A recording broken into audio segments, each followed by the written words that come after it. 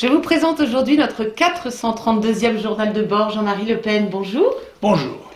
Alors depuis dimanche en Syrie, les 70 000 habitants de la ville de Palmyre, chassés par Daesh, commencent à rentrer progressivement au bercail. Est-ce un signe, selon vous, d'espoir au niveau national? Oui, c'est l'espoir que nous avons, c'est que les gens puissent rentrer chez eux et ne pas rester dans les pays qui leur ont servi de refuge pendant ces années terribles.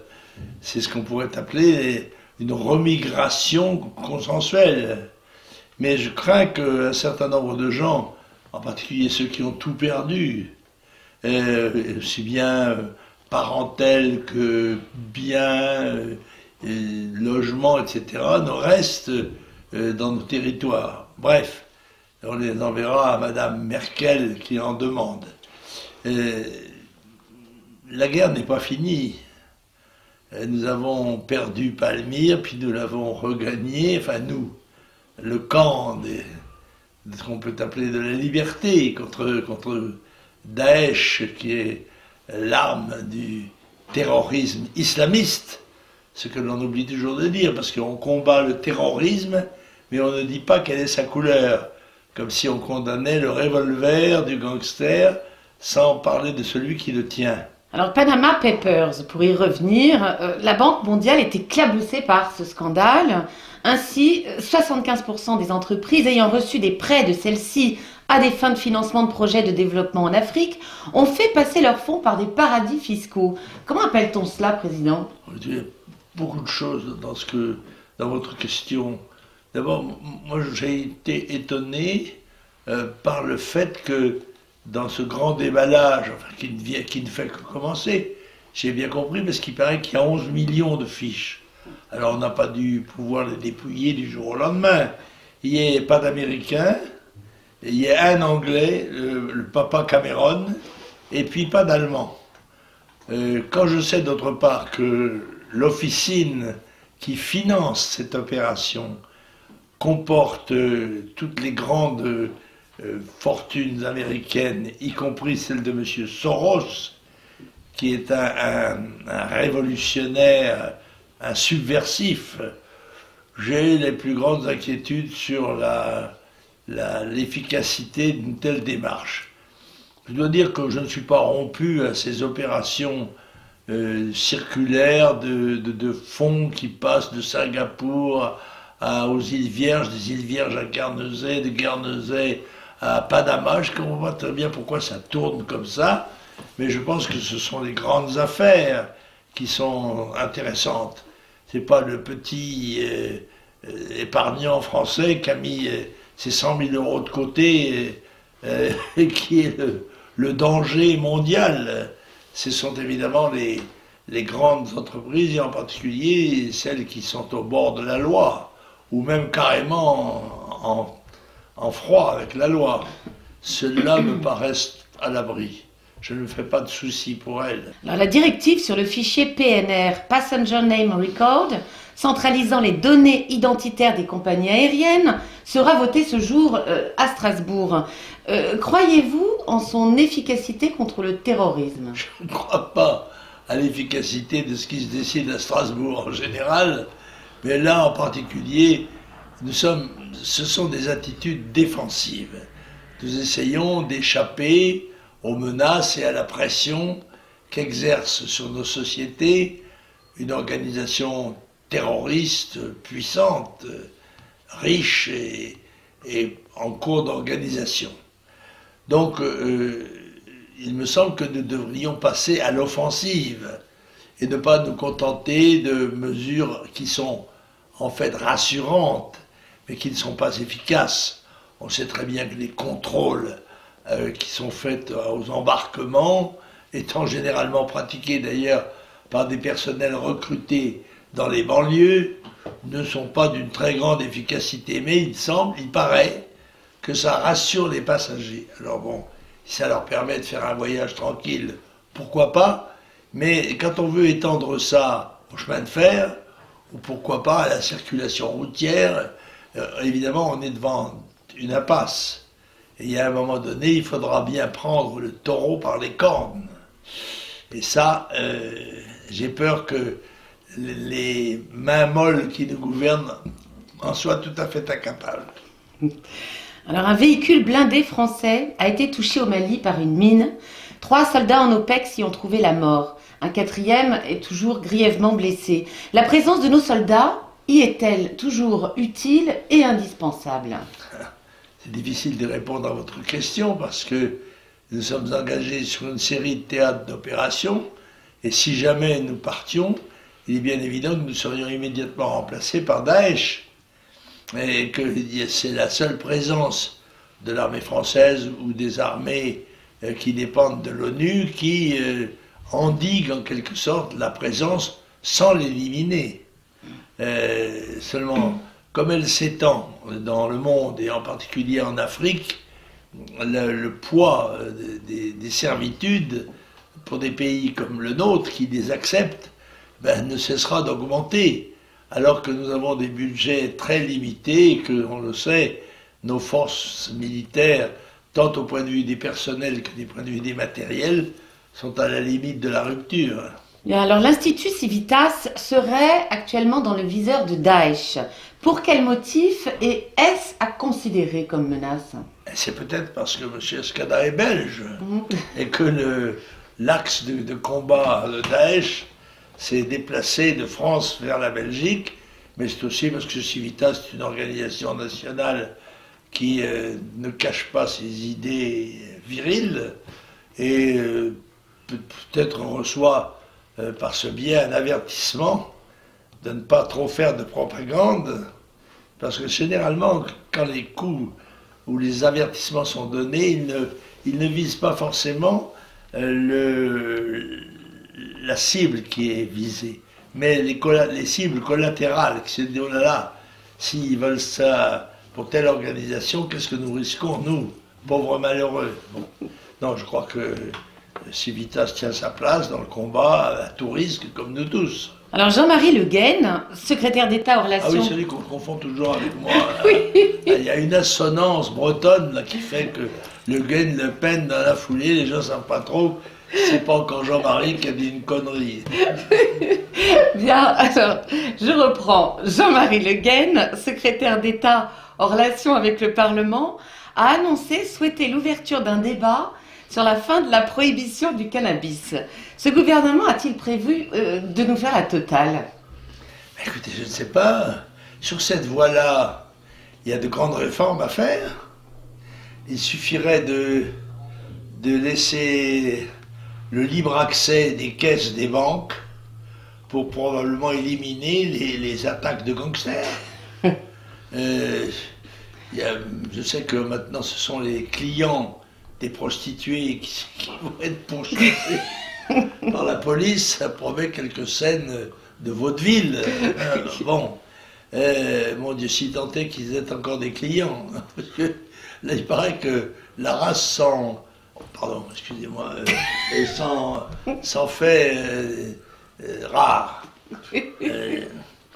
Merci. Je parle des hommes qui cherchent des femmes. Oui, j'avais compris. Je vous remercie. Enfin, il y en a, paraît-il. Bon, je ne sais pas, je dois dire que ces questions dites sociétales me paraissent relativement peu importantes par rapport à la menace mortelle qui pèse sur nous et qui est liée à l'immigration, à l'insécurité, au chômage, etc. Mais il est bien évident qu'un État qui admet la vente de la drogue, qui suggère même que, après tout, bien empaqueté, avec un cachet fiscal, ça pourrait faire des rentrées pour le gouvernement, pourquoi pas. La République sauvée par cannabis.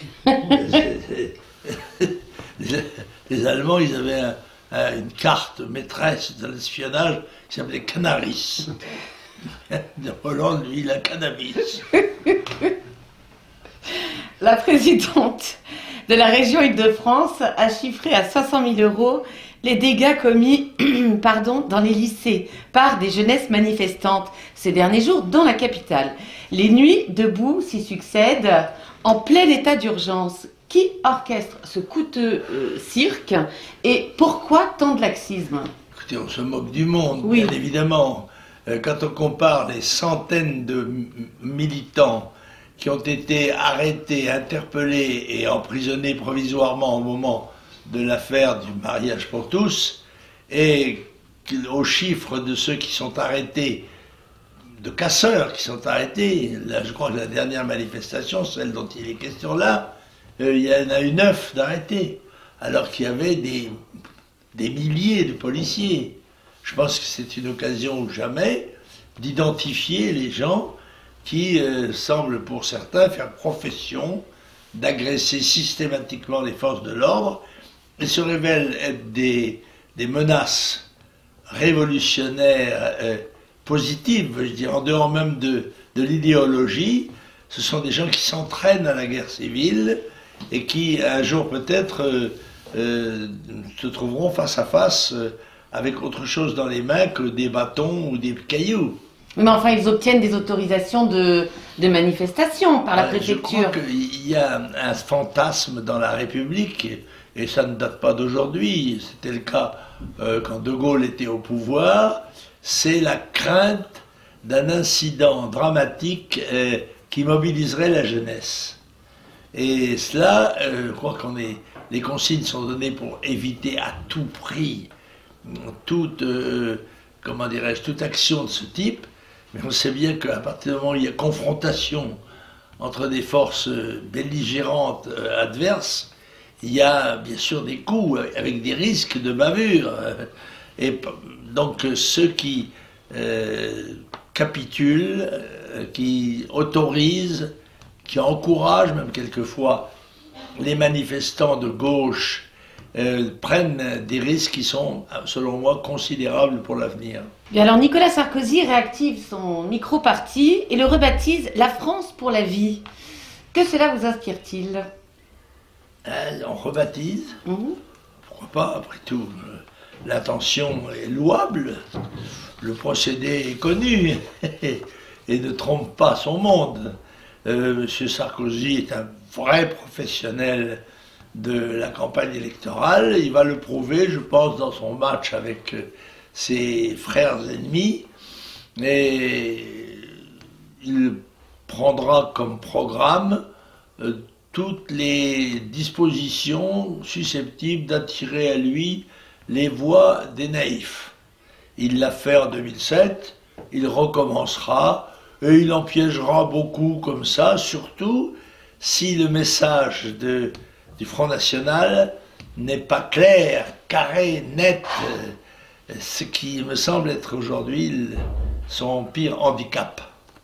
Alors un sondage Odexa donne le chiffre de 71% de Français qui, ce soir, ne regarderont pas François Hollande sur France 2. Vous, le regarderez-vous ? Je ne sais pas, il passe ce soir. Oui. Je crois que j'ai une obligation. Donc je n'avertirai pas l'Élysée que je ne serai pas à l'écoute, mais j'aurai le lendemain les échos de cette prestation. Alors justement, à cet effet, en vue des législatives de 2017, Marine Le Pen a demandé lundi officiellement à François Hollande d'annoncer, donc ce soir sur France 2, la mise en place de la proportionnelle intégrale. À votre avis, cette requête est-elle vaine ? Elle n'est pas vaine si c'est l'intention de Hollande. Hollande ne va pas changer de mode de scrutin pour faire plaisir à Marine Le Pen. S'il le fait comme le fit en son temps Mitterrand, c'est pour sauver le groupe parlementaire socialiste, lequel risquerait d'être laminé au scrutin majoritaire à 2 tours, et le scrutin proportionnel lui permet de sauver une centaine d'élus qui peuvent servir de support à une présidence renouvelée en quelque sorte. C'est pas, nous sommes là dans le temps des manœuvres, rien n'est impossible, et il est évident que la gauche fera tout ce qu'elle pourra pour rester aux manettes, pour rester au pouvoir, même si ce pouvoir témoigne d'une impuissance dramatique à résoudre les grands problèmes de la nation. Alors, vous étiez, il y a quelques jours, l'invité d'honneur aux 65 ans du journal Rivarol. Oui, j'avais accepté. Non, mes relations n'ont pas toujours été excellentes avec le journal Rivarol, qui a son franc-parler, et moi aussi. Donc, cela dit, j'ai accepté d'être le président d'honneur de cet anniversaire, parce qu'il me semblait que témoigner en faveur d'un journal d'opposition nationale qui a tenu 65 ans, c'est-à-dire 65 fois 52 semaines. Ça, c'est un exemple admirable, et quels que soient les reproches qu'on puisse faire à telle ou telle rédaction, on ne peut pas oublier le rôle qui a été joué par ce journal dans le maintien d'une ligne d'opposition et d'opposition nationale. J'ai regretté pour ma part de ne pas y voir Marius Vaquez, plus connue sous le nom de Camille Gallic, puisqu'elle a été directrice pendant 28 ans, je crois, du journal, oui, qui n'a eu, somme toute, que 5 directeurs. Et puis Maliavin, Dominique, Gaït, Camille Gallic et aujourd'hui Bourbon. Voilà. Alors, ce n'est pas le journal du Front National, c'est un des journaux de la grande mouvance nationale que je m'efforce de rassembler et dont je voudrais donner une démonstration le 1er mai, justement, de façon très nette, oui, en invitant tous nos amis et tous les nationaux à faire l'effort de venir saluer Jeanne le 1er mai sur la place des Pyramides pour nous substituer il faut bien dire, à la reculade du Front National qui a décidé, soi-disant à cause des menaces de Daesh, de supprimer cette manifestation qui durait depuis 28 ans. Moi, je crois à la pérennité de l'action, je crois au rituel, je crois au retour annuel des manifestations et à l'habitude que l'on prend de rendre hommage à ceux et surtout à celles qui le méritent. Alors j'espère que nous serons très nombreux, les conséquences peuvent en être tout à fait favorables. Bien, c'est entendu, donc J-17 aujourd'hui. J-17, on se prépare, on lance des convocations, on demande à tous nos amis de nous aider aussi, parce que comme nous venons de déposer les statuts de l'association Jeanne au secours, nous allons ouvrir un compte en banque, et évidemment les frais de cette réunion, les déplacements d'un certain nombre de choses, l'organisation elle-même de la journée nécessite des dépenses, et nous demandons à tous nos amis qui le peuvent de nous aider dès que sur notre site apparaîtra le nom de la banque qui accepte, parce qu'elle n'accepte pas toutes. La Société Générale a refusé de nous ouvrir un compte. Oui. Mais elle a quelques inquiétudes, paraît-il. Bon. Mais dès que le compte apparaît, eh bien, nous demandons à nos amis de nous aider, parce que nous faisons ça aussi un petit peu de chic, pour apporter une réponse du peuple national à une dérobade, et donc nous comptons vraiment sur la volonté de chacun. Message transmis et reçu alors. Bon alors, est-ce que vous avez des lectures cette semaine, Président? Est-ce que j'ai lu? Oui, avez-vous lu? Je n'arrête pas de lire. Et je picore un peu, je passe d'un livre à l'autre. Je lis un livre qui est assez triste, sur l'apocalypse de notre temps. L'apocalypse annoncée. Mais on sait qu'elle se produira, mais on ne sait pas quand. Alors on s'y prépare, en espérant pouvoir en protéger nos enfants, nos petits-enfants, et même nos arrière-petits-enfants. Je vous remercie 1000 fois, cher Président. Nous nous retrouvons la semaine prochaine. Merci.